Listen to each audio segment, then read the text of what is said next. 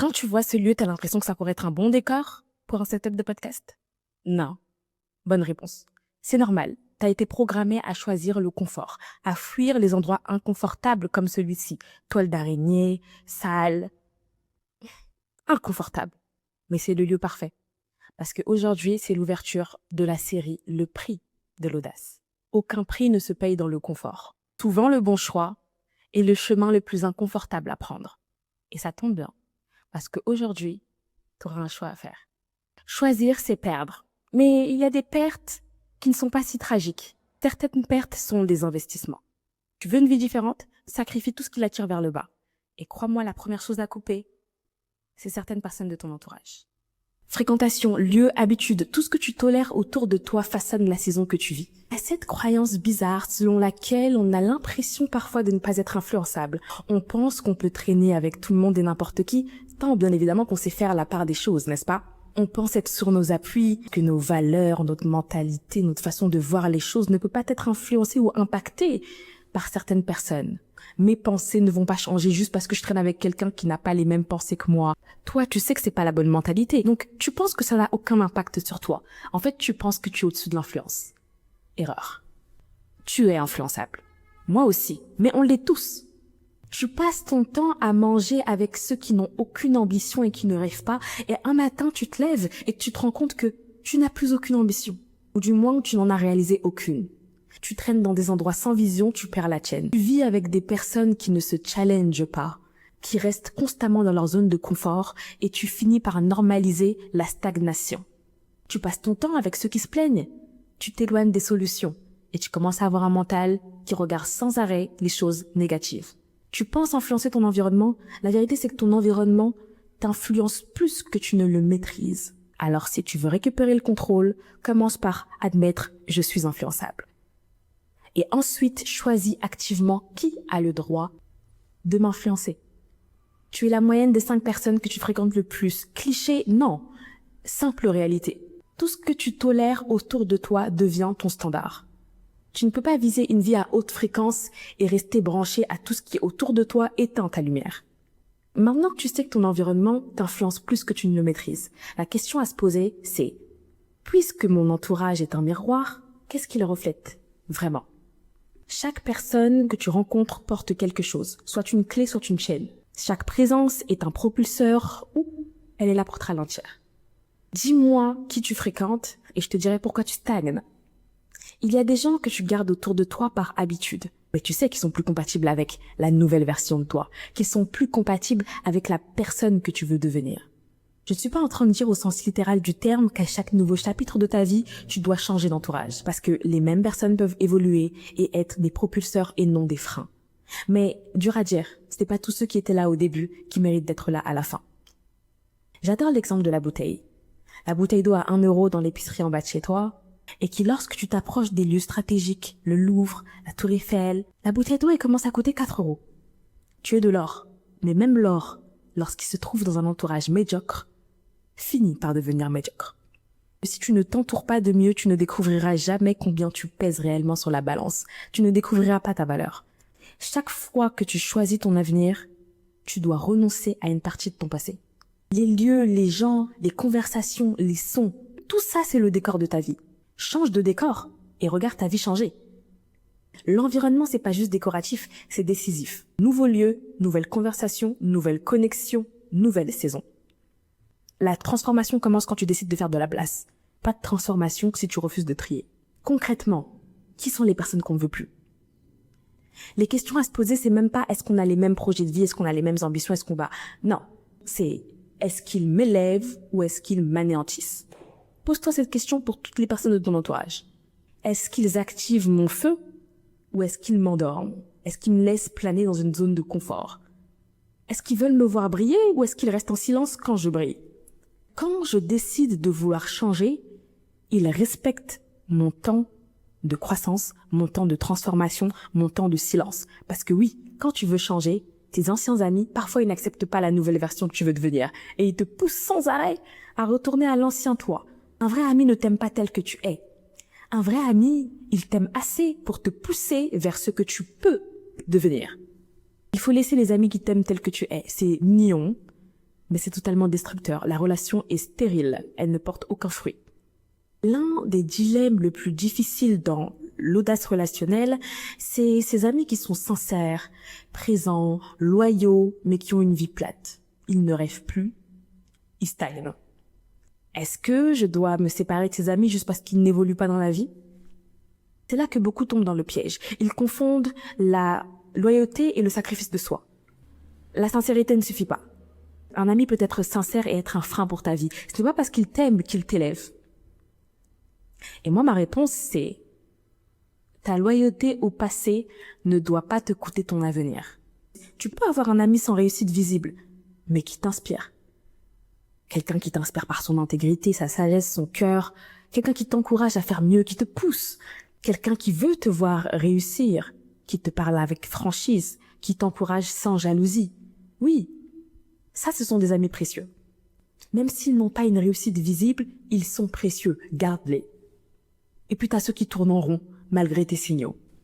T'as fait ton rôle d'ami, aider, motiver, conseiller.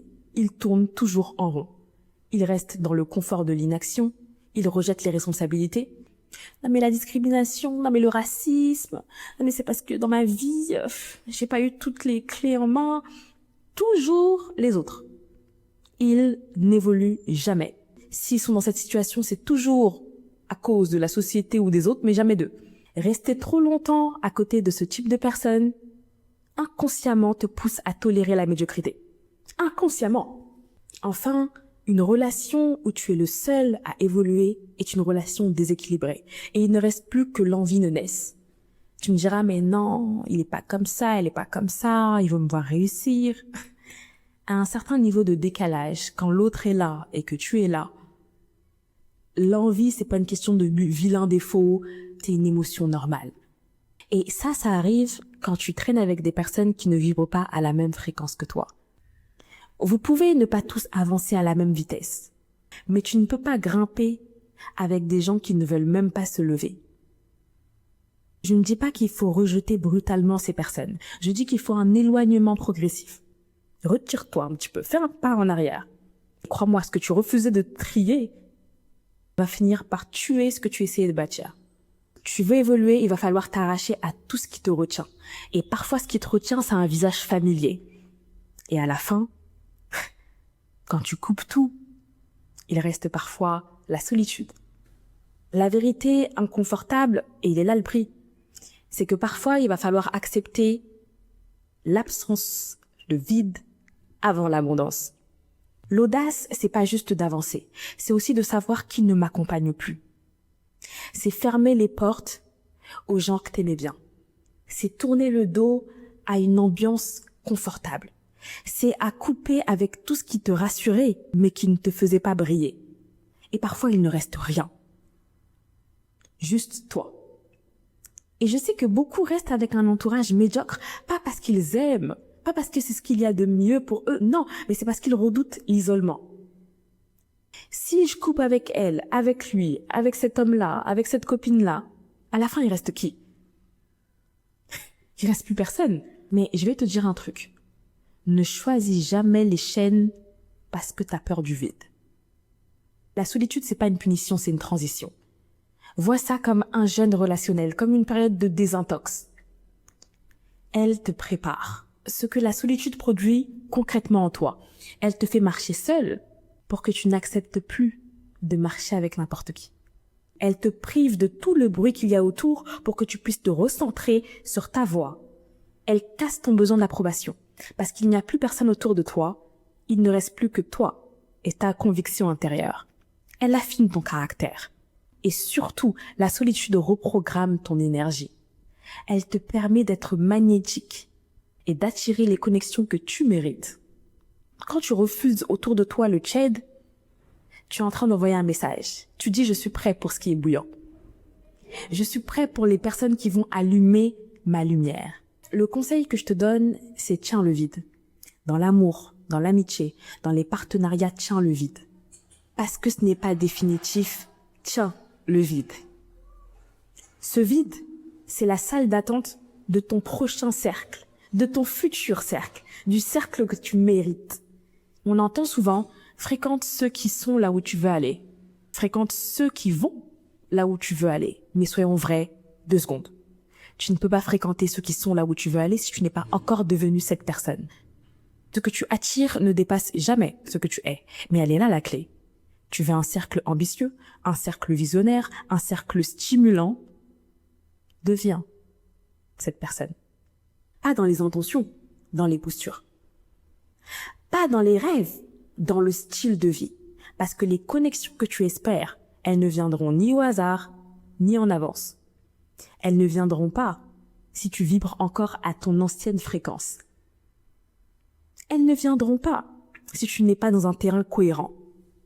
Donc la vraie question, c'est pas est-ce que je vais sortir de la solitude un jour si je coupe avec cet ami, si je coupe avec cet homme, avec cette femme. La vraie question à se poser, c'est est-ce que je suis en train de devenir la personne que ces connexions rechercheraient, respecteraient, reconnaîtraient. Quand tu portes la qualité de ce que tu réclames, les connexions arrivent comme par magie. Et ce n'est pas de la magie, c'est de la cohérence. Parfois, le changement de ta vie ne dépend pas d'une nouvelle connexion. Parfois, elle dépend d'une soustraction. Tu es à une séparation de ta prochaine élévation. Alors oui, la solitude est une phase, mais ne la gaspille pas.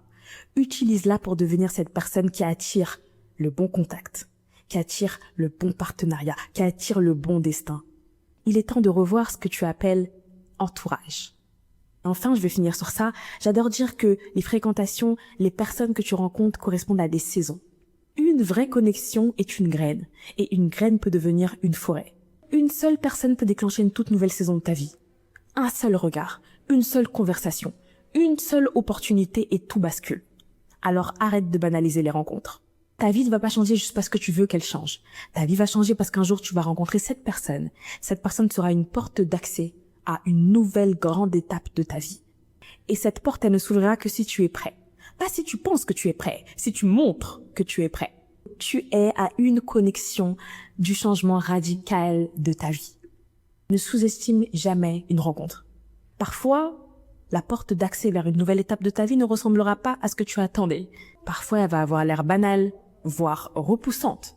Ne passe pas à côté d'une nouvelle saison de ta vie par négligence ou par orgueil, l'orgueil de te dire que tu vas y arriver seul. On n'y arrive jamais seul. Voilà, je t'ai donné tout ce que j'avais. Le courage ou le confort? J'attends ta réponse. T'es pas venu jusqu'à là pour ne pas prendre de décision.